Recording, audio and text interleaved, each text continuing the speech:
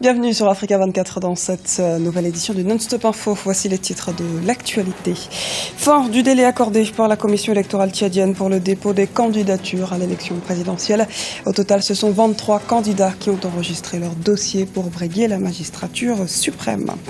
Au Congo, la course électorale s'accélère. La campagne pour la présidentielle du 20 mars en République du Congo débute ce vendredi 4 mars. 9 candidats sont en lice. Au Nigeria, les réseaux sociaux permettent de dynamiser le sport. Nous verrons qu'aujourd'hui, c'est cet outil qui est privilégié par les professionnels pour notamment communiquer autour des événements sportifs. Mais avant de développer ces titres, début du recensement général des étrangers vivant au Burundi. À partir de ce mardi, les ressortissants extérieurs doivent se faire connaître auprès de la police. Cette vaste opération durera 2 mois avec pour objectif affiché par les autorités de distribuer des cartes biométriques à ces personnes. Une première étape s'achève dans le processus électoral tchadien. Le dépôt du dossier de candidature s'est achevé ce lundi 29 février. 22 candidats ont déposé leur dossier pour faire face au 23e candidat, l'actuel chef de l'État tchadien, Idriss Déby Itno, qui entend poursuivre un nouveau quinquennat. On fait le point tout de suite avec Deo Gracia Sokpodo. Le dépôt des candidatures à l'élection présidentielle du 10 avril au Tchad s'est achevé lundi 29 février 2016. Au total, 23 leaders politiques, dont 4 femmes, se sont présentés à la commission électorale. Ces derniers se disputeront les près de 5 millions d'électeurs qui seront invités à voter. Le Conseil constitutionnel dispose désormais de 5 jours pour se prononcer sur la validité des dossiers. Le Conseil constitutionnel, il faudrait que c'est lui qui donnera quand même la liste officielle des futurs candidats. Quitte à chacun de savoir comment il va aller. Mais moi, je pense qu'il y a un problème clé qu'il faut résoudre, c'est la distribution des cartes électorales. Combien de cartes vont être reprises pour amender et corriger? Il faudrait clarifier pour permettre à ce que la campagne se déroule normalement. Dans un communiqué publié lundi 29 février, le Conseil constitutionnel avait précisé que seul un dépôt de dossier confirmait la candidature des prétendants à la magistrature suprême. Ils sont nombreux à solliciter la confiance des électeurs tchadiens. Le chef de l'État, Idriss Déby Itno, au pouvoir depuis 25 ans, est candidat à sa propre succession, représentant son parti, le Mouvement patriotique du salut, MPS. Il fera face à une vingtaine d'opposants et autres candidats indépendants, notamment le chef de file de l'opposition, Saleh Kebzabo, l'ancien premier ministre Joseph Dadnadi, ou encore Mahamat Ahmad Alabo, candidat du PLD, le parti que dirigeait Ibni Oumar Mahamat Saleh, l'opposant disparu en 2008. Chaque parti avait mis son projet politique de manière ouverte et qu'on essaie d'analyser, on pourrait dire vraiment que tu dis la même chose, tu dis avoir la même chose, pourquoi vous ne pouvez pas prendre le même chemin et puis aller aux élections que de multiplier les candidatures. Les problèmes qui minent le Tchad, on le connaît. La réponse que tel donnera à la résolution du problème ne sera pas différente de tel ou tel. Et donc moi je pense que si on avait peut-être 5 ou 6 candidats, ça pourrait être l'idéal. Il y a 23 candidats. Combien la Cour constitutionnelle va retenir? Mais je pense que c'est quand même trop. Tous les regards sont donc tournés vers le Conseil constitutionnel du Tchad qui aurait déjà invalidé la candidature de 2 candidats. Selon le chronogramme établi par la commission électorale, l'opération de distribution des cartes d'électeurs biométriques se déroulera du 10 au 31 mars 2016.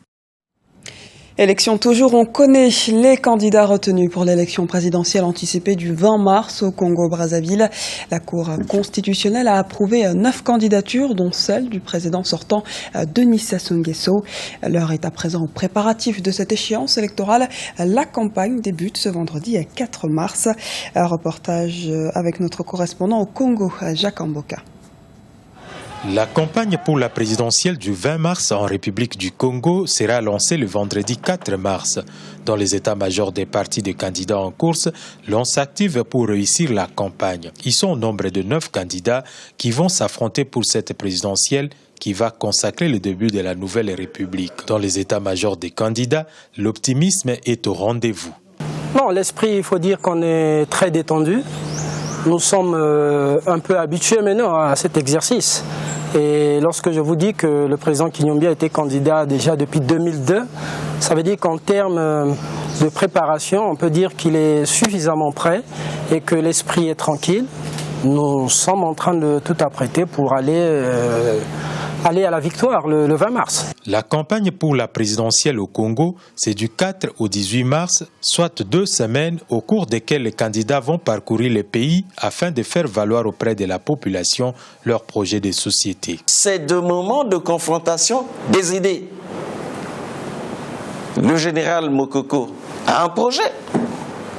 Un autre candidat a un projet.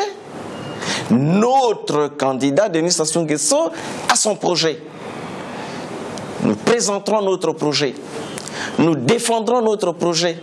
Chacun défend librement son projet et le peuple choisit. Quel est le meilleur projet? Incarné par quel dirigeant? Qui offre quelle assurance?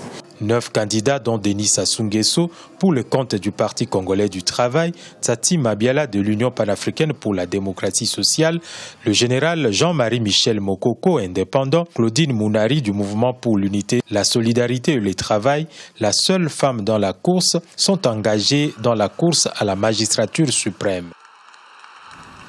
Et c'est la dernière ligne droite dans la course à l'élection présidentielle, cette fois au Bénin.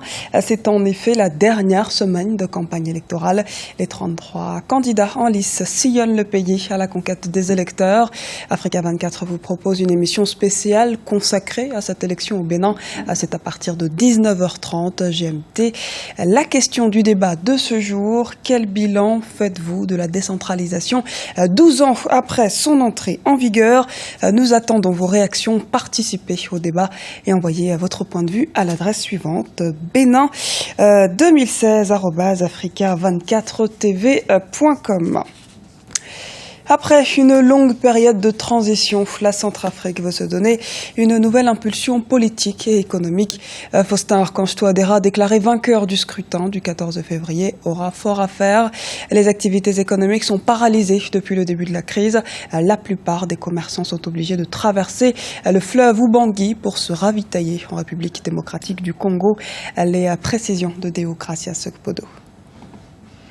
Après 3 années de troubles, de nombreux Centrafricains gardent espoir d'un retour à la stabilité politique et à la réconciliation avec l'élection de Faustin Archange Touadéra, proclamé vainqueur de la présidentielle du 14 février 2016. La Cour constitutionnelle de transition a validé mardi 1er mars les résultats du second tour de la présidentielle, confirmant le choix des 2 millions d'électeurs sur l'ensemble du territoire. Il hérite dès lors d'un pays divisé et aura un certain nombre de défis prioritaires, notamment celui de la reconstruction de l'économie. Aujourd'hui, il y a 2 situations. La crise a affecté l'économie, mais la crise aussi profite à d'autres personnes qui ne veulent pas voir la situation être réglée, parce qu'il y a une économie de guerre. Certains groupes armés profitent de ce que ils ont une emprise sur une partie du territoire pour procéder à une exploitation sauvage des ressources du sous-sol et également avoir tout le contrôle du circuit commercial, c'est-à-dire la vente du café par exemple, de certains produits agricoles. La crise sociopolitique que traverse la République centrafricaine porte un coup dur aux activités économiques dans le pays. Depuis plusieurs mois, ils sont des centaines à passer la frontière de la République démocratique du Congo par le biais de la rivière Ubangi pour ramener l'essentiel. Ici, on manque de tout, que ce soit des produits alimentaires de base ou du bois de chauffage. Nous souffrons beaucoup avec cette crise et nos difficultés sont aussi nombreuses. Nous devons aller acheter notre marchandise de l'autre côté au Congo et payer de lourds impôts. C'est de cette façon que nous gagnons notre vie. Selon les résultats validés par la Cour constitutionnelle, Faustin Archange Touadéra a remporté le second tour de la présidentielle avec 62,69% des suffrages face à son rival Anissé Georges Dologuélé, crédité de 37,31% des voix. Le président élu du peuple centrafricain n'a pas de parti et devrait donc constituer des alliances en tenant compte des ralliements politiques. Mais pendant ce temps à Bangui, l'espoir renaît peu à peu. Au Nigeria, certains acteurs du milieu du sport ont trouvé un moyen novateur et particulièrement efficace pour vulgariser leur activité et rassembler le plus d'adeptes. Et ce sont les réseaux sociaux, Twitter, Facebook, Instagram, autant de moyens de communication qui ont permis d'atteindre 70% de taux de participation, notamment aux événements sportifs. Les précisions d'Oumou Kalsoumba. Avec le développement des techniques de l'information et de la communication et l'essor de l'Internet, les sportifs professionnels nigérians usent des réseaux sociaux pour faire la promotion et la vulgarisation de leurs activités. Twitter ou encore Facebook facilitent le contact entre les acteurs sportifs. Il permet également aux férus du football, par exemple, de se renseigner en temps réel sur leurs idoles et entrer en contact avec eux. J'ai eu beaucoup de contacts grâce aux réseaux sociaux. Si vous devez effectuer des appels téléphoniques, c'est beaucoup plus cher. Surtout si vous essayez d'entrer en contact avec votre joueur qui est en Russie, par exemple. Cependant, avec Facebook ou Twitter, ils rendent la communication beaucoup plus facile. Mais il ne faut pas trop en abuser en publiant des choses indécentes ou irrespectueuses. Selon les spécialistes, les réseaux sociaux représentent plus de 70% du taux de participation aux grands événements sportifs nigérians, toutes disciplines confondues. Ils présentent également des avantages socio-économiques. Tenez-vous bien, les réseaux sociaux ont un fort impact sur le taux de participation aux événements sportifs. Et je pense surtout pour cette saison en particulier. Le taux de participation a été important, il est même estimé à 70%. Il contribue également à la croissance économique pour le pays. Pour rappel, en février 2015, le ministre des Télécommunications avait annoncé qu'en 2016, 50 millions de dollars seront décaissés pour financer les start-up spécialisées dans le développement de logiciels et de TIC. Les entreprises évoluant dans ce domaine sont le plus souvent confrontées à un manque de financement. Ce journal a été réalisé par l'ensemble de la rédaction. Nous vous remercions pour votre fidélité. À retrouver dans un instant une nouvelle édition de l'actualité sur Africa 24.